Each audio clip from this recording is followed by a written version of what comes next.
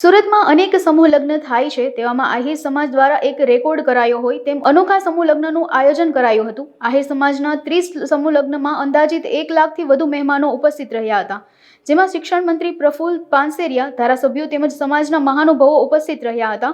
ખાસ અત્યારના સમયમાં લોકો જે અંગદાન પ્રત્યે જાગૃતિ આવે તે માટે 1 લાખ લોકોએ એક સાથે અંગદાનના શપથ લીધા હતા।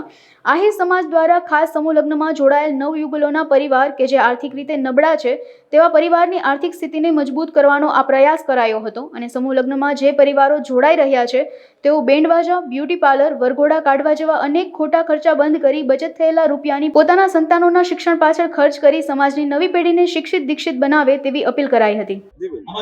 જય દ્વારકાધીશ। હું Manisha Ahir, hospital committee chairman.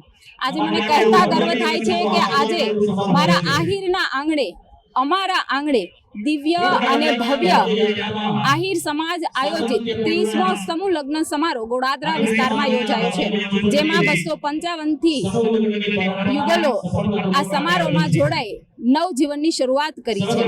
ત્યારે આ કાર્યક્રમ આદરણીય પાટીલ સાહેબના અધ્યક્ષસ્થાને યોજાયો છે અને જેમાં ગુજરાતભરમાંથી 300 થી પણ વધારે આગેવાનો આ નવયુગલોને આશીર્વાદ આપવા માટે પધાર્યા છે। ત્યારે વિશેષ આનંદ એટલા માટે થશે કે આજની યુવા પેઢીમાં જે સમજણ છે, પોતે ડોક્ટર, એન્જિનિયર હોવા છતાં પણ આ સમૂહ લગ્નમાં જોડાય, સમાજનું મહત્વ જળવાઈ રહે, સમૂહ લગ્નનું મહત્વ જળવાઈ રહે તેવો મેસેજ આજની આ યુવા પેઢી આપી રહી છે, જેને હું વિશેષ અભિનંદન પાઠવું છું।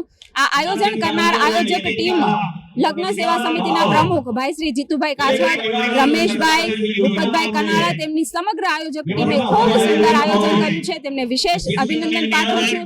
અને 1 લાખથી પણ વધારે આ અવસરે મારો આહિર સમાજ ઉપસ્થિત રહ્યો છે અને આ પ્રસંગે 10,000 થી પણ વધારે સ્વચ્છતાના શપથ લઈ લીધા છે। આદરણીય વડાપ્રધાન હંમેશા સ્વચ્છતાના આગ્રહી છે, એટલા માટે આ સમાજે, મારા સમાજે સ્વચ્છતાના શપથ લઈ એક જાગૃતતાનો પણ સંદેશો પાઠવ્યો છે, જેનો મને વિશેષ ગર્વ છે। જય દ્વારકાધીશ।